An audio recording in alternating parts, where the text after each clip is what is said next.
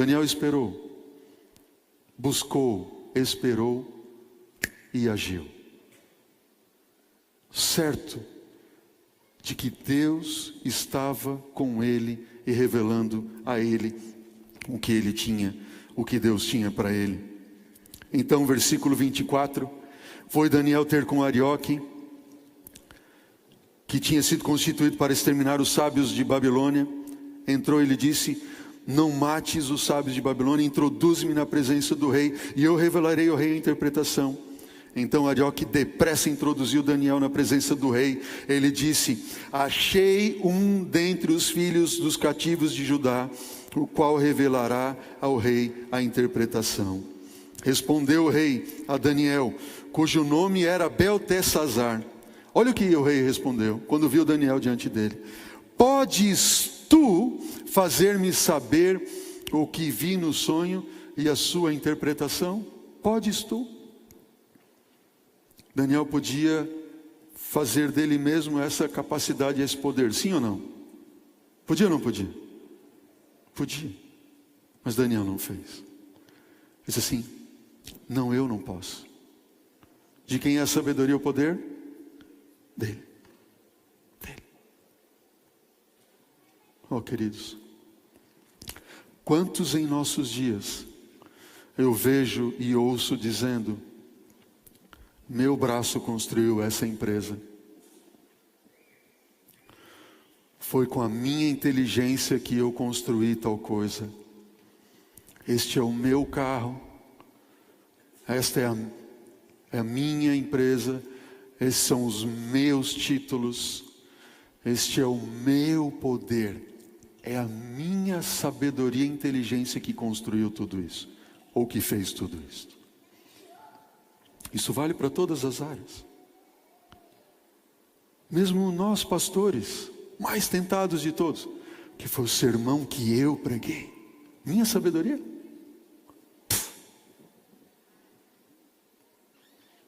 Minha inteligência? Foi a série que eu fiz. Fui eu que levei tantos ao batismo. Foi eu. Sabe qual é a diferença entre o sábio e o tolo? Diz a Bíblia, não eu. O sábio é aquele que faz o quê? Número 1, coloca Deus em primeiro lugar, espera em Deus e age por Deus. Quem é o tolo? Salmo 14, versículo 1. O tolo vive como se Deus não existisse. Então, se Deus não existe, minha sabedoria, meu poder, eu construí, eu fiz, eu lutei, eu conquistei, são meus títulos, é a minha capacidade. Tolo. Nada, nenhuma coisa boa que você ou eu e eu possamos fazer vem de nós mesmos, vem tão somente de Deus. E não reconhecer isso é a maior tolice, estultícia desse mundo. Entenderam bem? Você conquistou? Quem é que te deu a vida? Quem é que te dá a inteligência? Capacidade para respirar, arrazoar, pensar, fazer, tomar, agir? Deus. Por isso que nós devemos reconhecer a Ele como sendo o nosso Deus. E tudo que somos, tudo que temos e tudo que fazemos, devemos dedicar a Ele. Amém? É esse o seu desejo? Ele. Respondeu-lhe Daniel, versículo 26. Daniel respondeu e disse, o rei disse a Daniel, podes tu fazer saber, versículo 27, respondeu Daniel na presença do rei e disse, o mistério que o rei exige, nem encantadores, nem magos, nem astrólogos o podem revelar ao rei. Mas há um Deus no céu que revela mistérios, pois este Deus fez saber ao rei o que há de acontecer quando? Nos últimos dias. E nós estamos vivendo nos últimos dias, sim ou não? Sim, e você vai ver no estudo de Daniel de hoje que nós estamos fazendo, que nós estamos nos últimos dias, nós não estamos nos últimos dias, nós estamos no fim dos últimos dias. Falta só um pouquinho mais, Jesus vai voltar. Deus revelou o que vai acontecer nos últimos dias ao Senhor. Versículo teu sonho, versículo 28, e as visões da tua cabeça quando estavas no teu leito são estas. 2 pontos, são estas. Estando tu, ó rei, no teu leito, surgiram-te pensamentos a respeito do que há de ser depois disto. Aquele, pois, que revela mistérios, te revelou o que há de ser. Deus deu uma revelação ao Senhor, rei. O que Deus disse ao Senhor, e a mim foi revelado, diz, versículo 30, foi revelado a mim esse mistério, não porque haja em mim mais sabedoria do que em qualquer outro dos seres viventes, mas para que a interpretação se fizesse saber ao rei, e para que entendesses as cogitações da tua mente. Ó, quem era Daniel? O que Deus esperava de Daniel? Eu pergunto para você, Daniel respondeu à altura daquilo que Deus esperava dele, sim ou não? Amém, com certeza. Eu não sou mais sábio do que nenhum outro ser humano, não sou melhor do que ninguém, não sou mais inteligente, mas Deus deu a mim só para fazer revelar ao rei. Quem é o Deus de Daniel? É o seu Deus. Mas Deus espera que você responda como Daniel, sim ou não? Humildade. Dele é a sabedoria e o poder. Tu, ó rei, versículo 31. Tu, ó rei, estavas vendo, e eis uma grande estátua. E esta era imensa e de extraordinário esplendor. Estava em pé diante de ti, a sua aparência era terrível. A cabeça da estátua, ó rei, era de ouro, o peito e os braços de prata, o ventre e os quadris de bronze. As pernas da estátua eram de ferro, os pés em parte de ferro e em parte de barro. Quando estavas olhando, uma pedra foi cortada sem auxílio de mãos humanas e feriu a estátua nos pés de ferro e de barro e os esmiuçou. Então foi juntamente esmiuçado o ferro, o barro, o bronze, a prata, o ouro, os quais se fizeram como a palha das eiras do estio, e o vento os levou. E dele não se viram mais vestígios, mas a pedra que feriu a estátua se tornou em grande montanha e encheu toda a terra. Este é o sonho, rei. E eu também vou dar a interpretação ao rei. Uau! A que se referia aquele sonho? Aos últimos dias. Daniel revelou ao rei que ele havia tido um sonho, e nesse sonho ele viu uma grande estátua. Uma estátua horrível. E essa estátua tinha cabeça de ouro, peito de prata, ventre de bronze, as pernas eram de ferro, e os pés, nos pés havia ferro misturado com barro.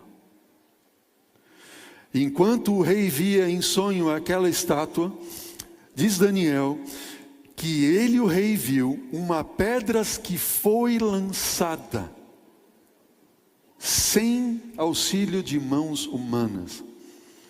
Não tinha que ver com o homem, não tinha que ver com a humanidade, com aquilo que o homem pode fazer. E esta pedra atingiu aos pés da estátua e destruiu o ferro e o barro e o bronze, e destruiu a prata, e toda a estátua virou em nada. Este é o sonho. Daniel disse: agora eu vou dar a interpretação para o rei. Qual é a interpretação? Veja, versículo 37. Tu, ó rei, olha o que diz o versículo 37. Tu, ó rei, rei de reis, a quem o Deus do céu conferiu o reino, o poder, a força e a glória, a cujas mãos foram entregues os filhos dos homens, onde quer que eles habitem, e os animais do campo e as aves do céu, para que dominasses sobre todos eles. Tu és a cabeça de ouro. Tu és a cabeça de ouro. Sabe, queridos, quando Daniel começa a dar a interpretação, disse: tu és a cabeça de ouro. O ouro é um metal muito presente, e era muito presente em Babilônia. Templos de ouro. Bel-Marduk era um deus de ouro, que tinha ao seu lado uma mesa de ouro, e um sacerdote também, que se cobria de ouro. E Babilônia é o reino domínio do ouro. Jeremias fala, o profeta Jeremias, que Babilônia, o domínio, o reinado de ouro, era muito claro isso. Agora tudo começava a ficar claro.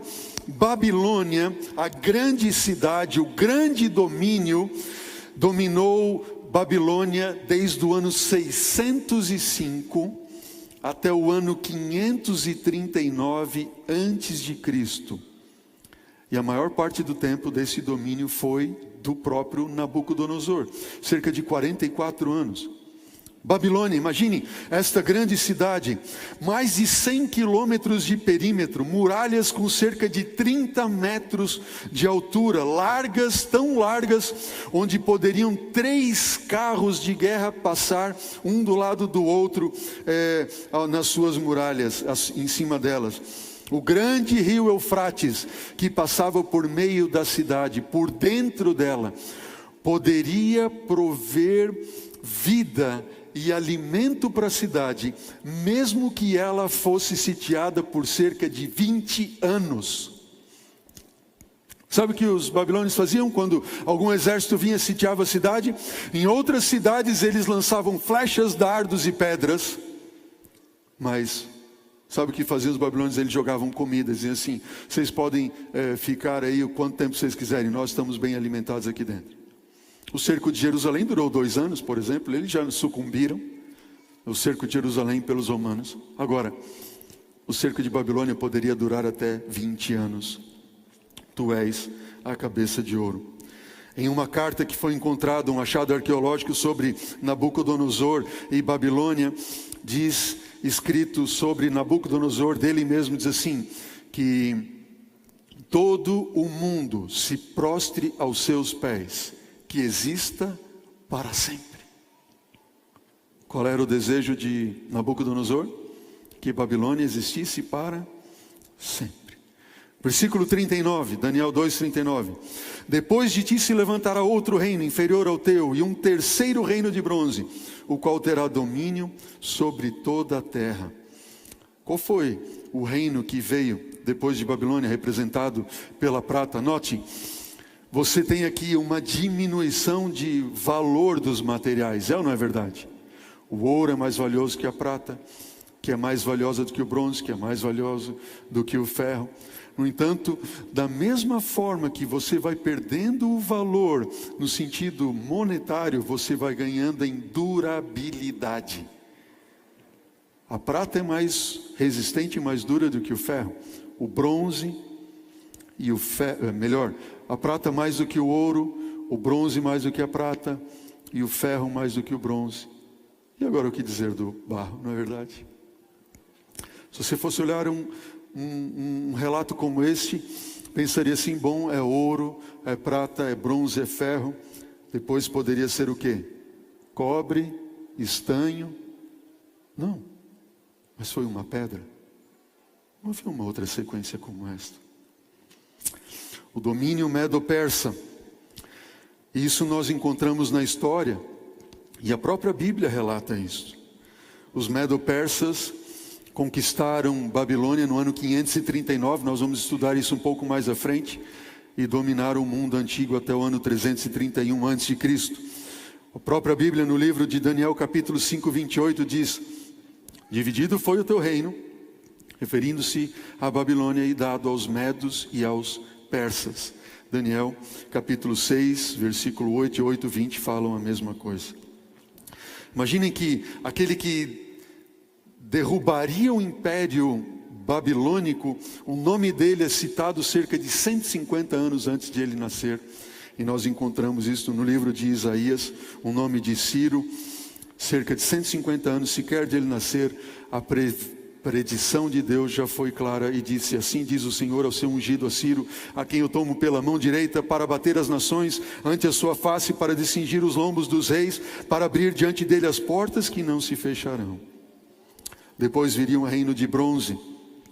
Quem conquistou o domínio medo-persa foram os gregos, e o grande rei, grande reinado, Alexandre o Grande, e ele conquistou em 331 e os gregos dominaram até 168 a.C.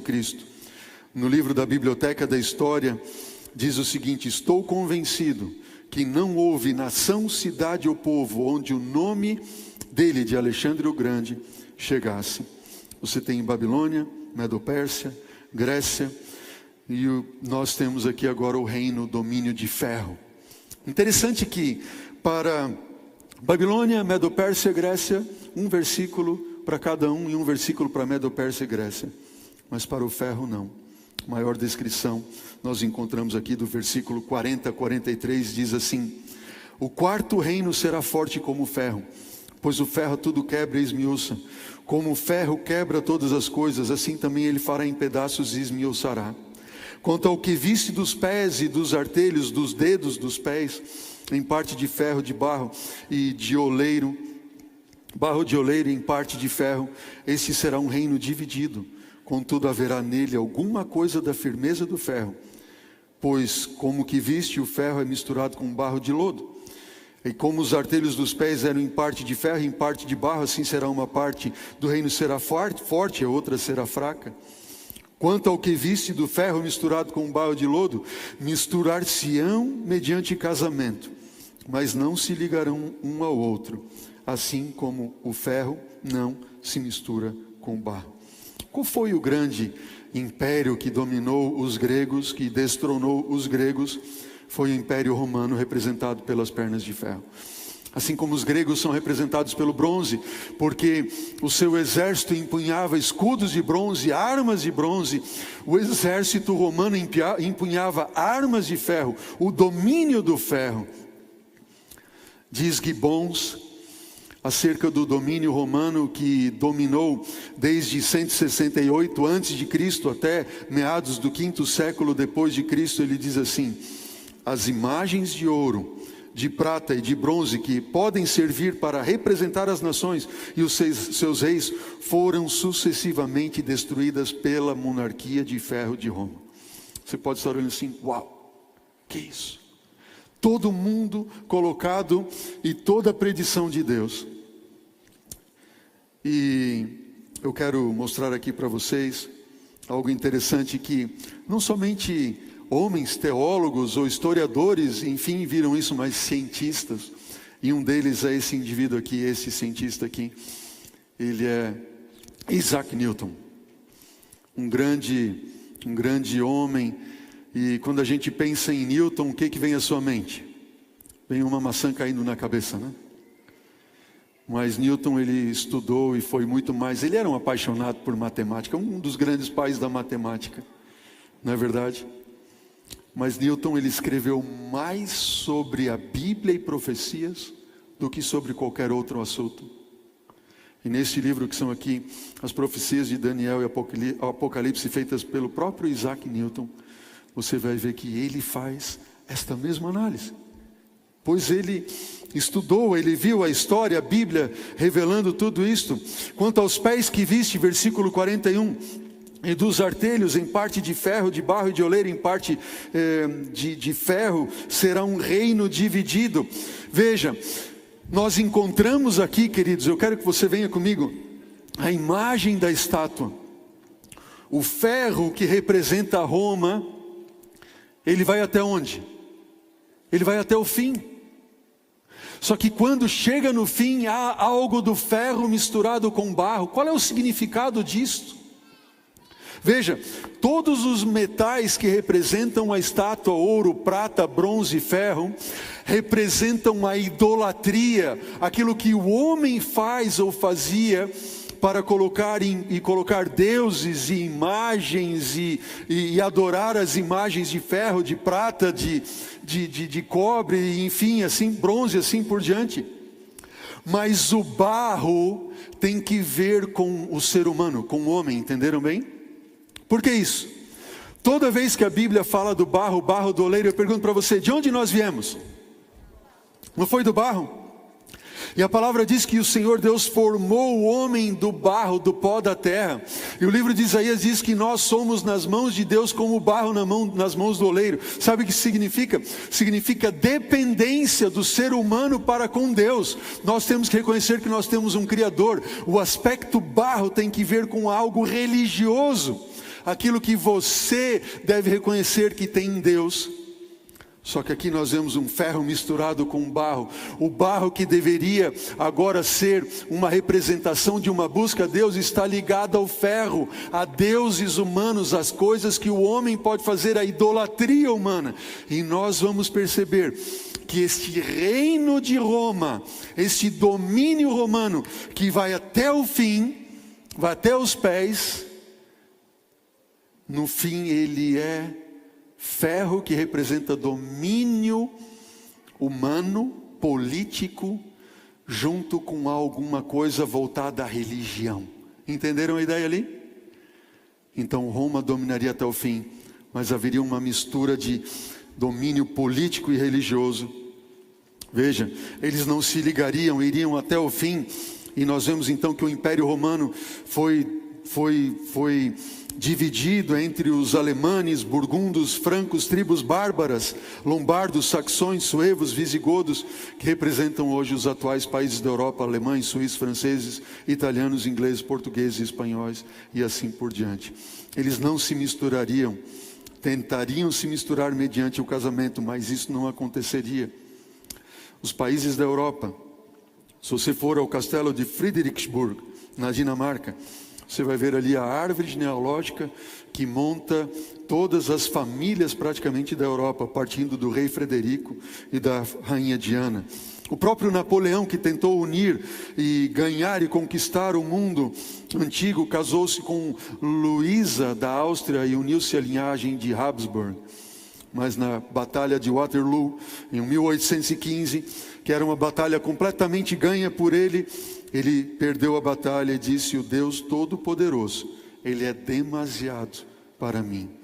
Perguntaram para Napoleão, qual foi o principal adversário desse tremendo poder? Por quem foi posto em xeque? E quem lhe resistiu e o lançou por terra? Napoleão, como que conhecendo as profecias, ele diz: por ninguém e por nada, a não ser pela manifesta intervenção de Deus, direta e manifesta intervenção de Deus. Tentariam unir a Europa, tentariam unir aquilo que foi dividido com uma profecia, como Deus do céu falou. Churchill, Roosevelt, Stalin, Yalta, De Gaulle, Hitler, Truman, Eisenhower, Castro, tantos outros tentaram, mas não conseguiram, jamais conseguiriam. E hoje? Pergunto para você, hoje a gente não vê um mundo tentando se unir, uma globalização, é ou não é verdade? Eu pergunto, vai haver união, sim ou não? Na Europa vai haver união? Você tem o livre comércio comum europeu. Eu pergunto, estão unidos? Vão se unir? Não vão se unir. Você tem a ONU, a Organização das Nações o quê? Unidas. Eu pergunto, vão se unir? Sim ou não? Não vão conseguir se unir, porque de onde vem essa união? De onde vem essa ideia? Babilônia. De onde vem isso tudo? Você tem ali a OMS, Organização Mundial de... Eu pergunto, estão unidos? E agora, os grandes homens poderosos do mundo, poderes do mundo, estão tentando implantar algo que se chama a nova ordem mundial. Vão unir? Pergunto para vocês. Qual é o objetivo dessa união? Qual é o objetivo? Olha o que diz a Bíblia, não eu. Diz assim, versículo 44 de Daniel 2. Mas nos dias destes reis... Aqui aparece a palavra reis, a primeira vez no plural. Nos dias destes reis, o Deus do céu suscitará um reino que jamais será destruído. Este reino não passará a outro povo. Ele esmiuçará e consumirá todos estes reinos. Mas ele mesmo subsistirá por quanto tempo? Para sempre. Eu pergunto para você, é a nova ordem mundial que o mundo está e estará tentando impor? Sim ou não? Qual vai ser a nova ordem mundial que será estabelecida em nossos dias? vai ser o domínio do reino eterno do nosso Deus. Amém? Não há outra ordem, senão esta ordem. É a ordem de Deus, é a ordem mundial. Babilônia. Você vê Babilônia e você lembra de Babel, não é verdade? O que aconteceu lá? O ser humano tentando se unir com que objetivo? Diz para mim. De se proteger da destruição. Queridos, você que está nos assistindo nesse momento, este mundo está condenado à destruição. A pedra virá e vai destruir todos os reinos deste mundo. Tudo que o homem criou pela sua própria sabedoria e poder, será tudo devastado, tudo acabado, tudo arruinado, absolutamente tudo. Mas o reino eterno de Deus jamais passará e será restabelecido neste mundo por Cristo Jesus, que é a grande rocha, eternamente. E quem vai estar com Ele? Tão somente aqueles que esquecem as coisas deste mundo e a sabedoria que o mundo pode oferecer, para se agarrar na sabedoria, na força e no poder que vem de quem? De Deus. Amém? De Deus. Babel desunida, buscando forças para não destruição. Este mundo condenado à destruição, o ser humano vai buscar se unir, mas a profecia diz: não se unirão, não vão se unir. Pode ser a nova ordem, isso, aquilo, outro. A única nova ordem que será estabelecida é a eterna, pela rocha, que é Cristo Jesus, e a sua vinda. Eu pergunto a você, em que ponto nós estamos da estátua? Lá na divisão. A minha mãe costuma dizer assim: nós não estamos nos pés, nem nos dedos dos pés. Nós estamos onde? Na pontinha dos dedos. Olha a pontinha da unha. Falta muito pouco e Jesus vai voltar. Para você ser salvo, estar de pé no grande dia do Senhor, você tem que reconhecer que a sabedoria e o poder vem de quem? De Deus.